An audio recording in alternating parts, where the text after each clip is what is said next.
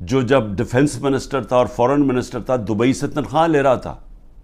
یہ کبھی سنا ہے کہ دبئی کی کمپنی سے ایک ملک کا فورن منسٹر اور ڈیفنس منسٹر تنخواہ لے؟ اور اس کے بعد وہ بچ بھی جاتا ہے, اس کو کچھ ہوتا بھی نہیں ہے. اور وہ کیونکہ طاقتور حلقوں میں اس کے دوستیاں تھیں, جب وہ الیکشن ہار رہا تھا 2018 میں تو ایک ٹیلی فون کیا, باجوہ صاحب مجھے بچا لو میں ہار رہا ہوں. اور باجوہ صاحب سپر کنگ نے کہا فکر نہ کرو تم جیت جاؤ گے, اور اگلے دن وہ جیت جاتا ہے. تو وہ جس طرح ہمیشہ عورتوں کے خلاف زبان استعمال کرتا ہے, اس نے پھر سے کی. ڈاکٹر زرکا نے, سینیٹر ڈاکٹر زرکا نے جواب دیا, ان کی 2 کلینکس وہ بند کر دی. یعنی اس سطح پہ کون کرتا ہے؟ ہماری ڈاکٹر سیما ایم پی اے کراچی کی, ان کے گھر پہنچ کے ان کی کلینک اس کو بند کر دیا. ہماری سمابیہ ایکس ایم پی, اس کے گھر کے اوپر پولیس پہنچ گئی. یعنی یہ کبھی ہوا ہے کیا؟ یہ کوئی دہشت گرد ہیں, یہ کوئی کسی انتشار میں ہیں, یہ انہوں نے کیا ہے؟ تو ایسے ہے کہ آپ تحریک انصاف کے آپ کوئی ممبر ہی ہوں, سپورٹر ہی ہوں, یہی کافی ہے. آپ کی بزنس بھی بند ہو جائے گی, آپ کو جیلوں میں بھی ڈال دیں گے, جھوٹے پرچے بھی ہو جائیں گے. یعنی صرف اب کوئی ضرورت نہیں ہے آپ کو کہ آپ نے کوئی جرم کرنا ہے. اس ملک میں اب جرم ہو گیا ہے تحریک انصاف کا ممبر ہونا, سپورٹر ہونا. کوئی اگر بزنس والا بھی کوئی سپورٹ کرتا ہے اس کے پیچھے بھی پڑ جاتے ہیں. آپ یہ سوچیں کہ شوکت خانم, اب شوکت خانم ساری قوم جانتی ہے کہ ملک کا سب سے بڑا خیراتی ادارہ ہے. ان کے ہر روز نوٹس آ جاتا ہے کہ جی فلانی ڈاکیومنٹ دکھائیں اور یہ ڈاکیومنٹ دکھائیں, جی وہ بتائیں کہ جناب کس نے ڈونیشنز دی تھیں آپ کو. یعنی ایک یہ نہیں دیکھ رہے کہ اس سے نقصان کس کو ہو رہا ہے. کوئی فکر نہیں ہے کہ ملک کو کیا نقصان ہوگا. جو انہوں نے کیسز میرے اوپر اٹھائے ہوئے ہیں ذرا وہ سن لیں. سب سے جو قوم کے سامنے, کیونکہ الحق ہے, میرا ایمان ہے, ایمان ہی ہے, تو میں یہ سارے ایک طرف کھڑے ہو گئے ہیں, اسٹیبلشمنٹ ساتھ کھڑی ہو گئی ہے, اکیلا ان کا مقابلہ کر رہا ہوں. صرف توحید پہ, لا الہ الا اللہ پہ, ایمان اللہ پہ ہے.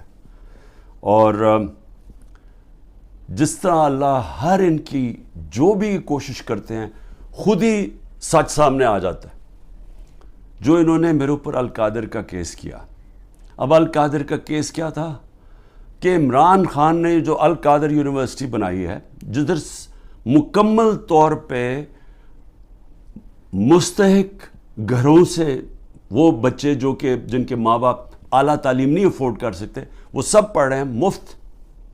اور میں بتا چل رہا ہوں سیرت نبی کو ہم نے بنایا کہ فیوچر لیڈرز بنیں, تربیت ہو ان کو, اور ساتھ ساتھ اس کے ٹیکنالوجی بھی. یہ ہے اس کا جو ویژن ہے یونیورسٹی کا. اس کو سامنے لا کے بہت بڑی سکینڈل ہو گئی. اور اب پتہ چلا ہے کہ انہوں نے اپریل 2020 میں تفتیش کی تھی. وہ میں پہلے کہہ چکا ہوں آپ کو, نیشنل کرائم ایجنسی انگلینڈ کو رابطہ تھا نیب کے ساتھ. یہ جو سیٹلمنٹ ہوئی تھی ملک ریاض کی فیملی کی اور این سی اے کی, یہ سارا کچھ نیب کو پتا تھا. اور نیب نے اپریل 2020 میں یہ انکوائری بند کر دی تھی.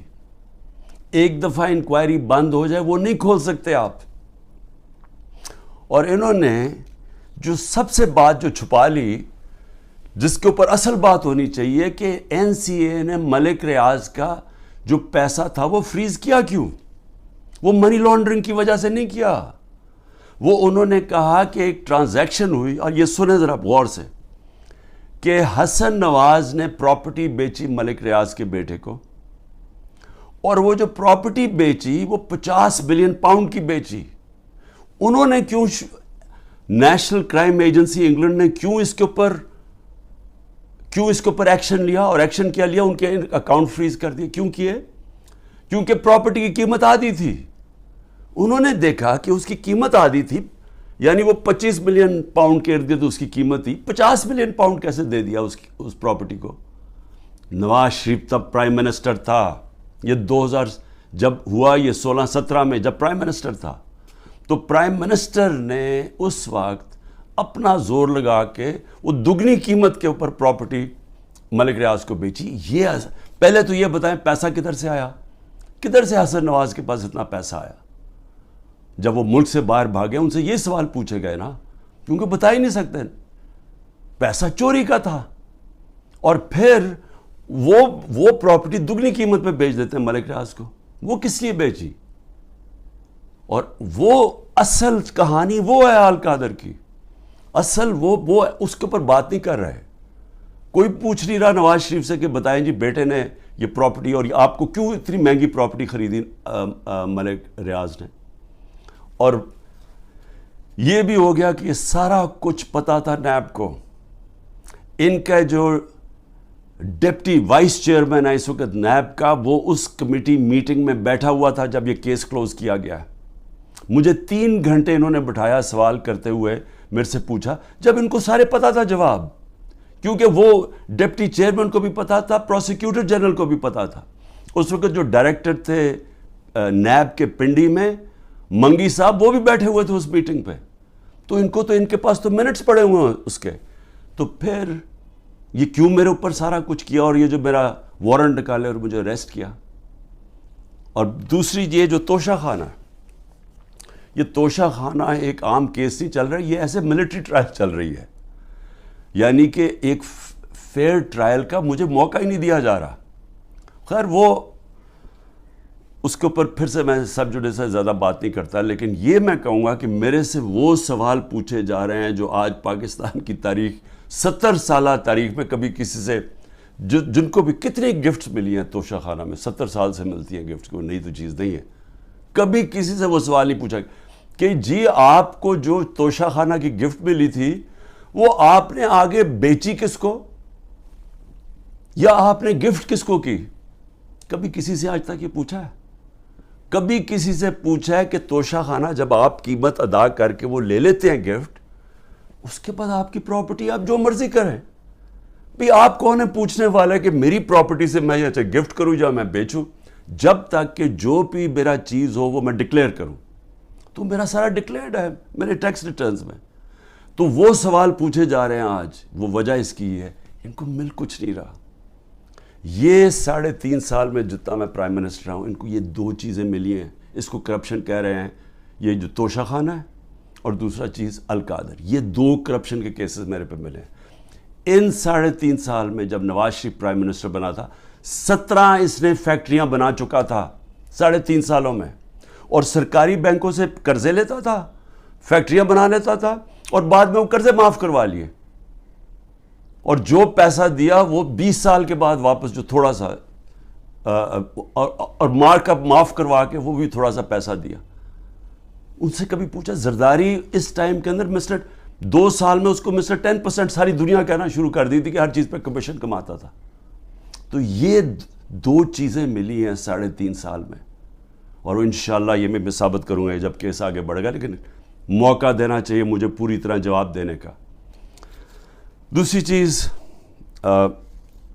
جس کے اوپر میں بات کرنا چاہتا ہوں وہ ہے کہ یہ جو سائفر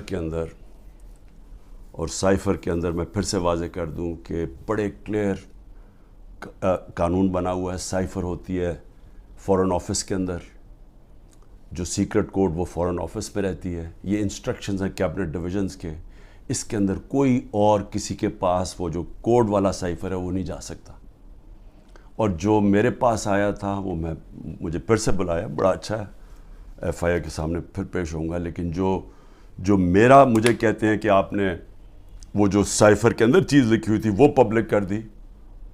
وہ پبلک تب ہوئی جب میں نے نیشنل سیکیورٹی کونسل کے سامنے رکھا، جو کہ ملک کا سیکیورٹی کا سب سے بڑا ادارہ ہے.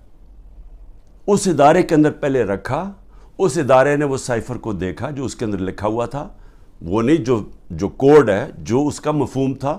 اور اس ادارے نے فیصلہ کیا کہ امریکہ کو ڈیمارش کرنی چاہیے کہ انہوں نے ہمارے اندرونی حالات میں مداخلت کی ہے. یہ جب نیشنل سیکیورٹی کونسل نے کہہ دیا پھر سب کو پتہ چل گیا کہ کیوں کہا ہے، کیونکہ وہاں سے ایک ان کے آفیشل نے کہا کہ جناب عمران خان کو جب تک آپ ہٹائیں گے نہیں نو کانفیڈنس میں تو پاکستان کے اوپر بڑی مشکلات ہوں گی. تو یہ تھا اس کا، تو یہ سب کو پتہ چل گیا. اس کے بعد تو اس میں کیا سیکرٹ رہ گئی، پھر کون سی سیکرٹ میں نے وائلیٹ کی، تو یہ بھی انشاءاللہ آ جائے گا سامنے. لیکن ایک چیز ہے کہ وہ جو سیکرٹ کو جو تھی وہ یاد رکھیں، اس میں گورنمنٹ بدلی گئی. یہ سازش ہوئی تھی میرے خلاف نہیں، پاکستان کے خلاف. اور جو وہ گورنمنٹ بدلی گئی، میں صرف آپ کو بتانا چاہتا ہوں کہ اس کے بعد ہوا کیا. آج پاکستانیوں کو کس چیز سے گزرنا پڑ رہا ہے. 16 روپے یونٹ بجلی تھی جب ہم گئے ہیں اپریل کے اندر، آج بجلی 50 روپے یونٹ پہ پہنچ گئی ہے. آپ ذرا پوچھیں تنخواہ دار لوگوں سے کہ ان کے اوپر آج کیا گزر رہی ہے. یہ کون ذمہ دار ہے اس کا؟ وہ جنہوں نے سازش کر کے گورنمنٹ گرائی تھی. اور اصل انکوائری یہ ہونی چاہیے جو میں نے سپریم کورٹ کے چیف جسٹس کو کہا تھا، آپ کو انکوائری کرنی چاہیے کہ یہ قوم سے بہت بڑی سازش ہوئی ہے، قوم سے دھوکہ ہوا ہے. اور اس کا ذمہ دار جنرل باجوہ تھا. اور اس لیے کیونکہ وہ تھا، کسی نے جرت نہیں پڑی کسی کی اس کے اوپر انویسٹیگیشن کرنے کی. آٹا 55 روپے 60 روپے سے پہنچا ہے آج کے جی 150 روپے پہ. سوچیں کہ یہ عام آدمی کی خوراک ہے آٹا. اس کے بعد چاول دگنی قیمت ہوگی جو چاول تھے. چینی، ہمارے دور میں بڑا شور مچا چینی چور. ہم نے انکوائری کروائی، چینی کی قیمت 80 روپے تھی، آج چینی 160 روپے پہ پہنچ گئی ہے. سارے جو بڑے بڑے شوگر مل مافیا وہ سارے بیٹھے ہوئے ہیں آج گورنمنٹ کے اندر. اور پھر یہ دودھ بڑا ضروری ہے کیونکہ بچوں کے لیے بہت ضروری ہے. 150 روپے لیٹر سے گیا 230 روپے لیٹر پہ. اور دال جو عام آدمی کھاتا ہے 310 روپے سے 520 روپے پہ گئی ہے. 310 روپے کے جی سے 520 روپے کے جی پہ دال گئی ہے. یہ عام لوگوں کے کھانے کی چیزیں ہیں. یہ ذرا بتائیں کہ کون ذمہ دار ہے جس نے یہ جو ساری سازش ہوئی تھی. اور انشاءاللہ جب بھی انکوائری ہوگی ثابت ہوگا کہ بہت بڑی ایک چلتی ہوئی حکومت کو مشکل وقت سے جو پاکستان کو نکالتی گئی اس کو گرا کے تو یہ ہوا. میں آخر میں صرف چیزیں کہنا چاہتا ہوں. ایک تو میرا پیغام ہے، یہ جو پولیس والے، یہ جو نامعلوم افراد عام پلین کپڑوں کے اندر گھس جاتے ہیں لوگوں کے گھروں میں، سارا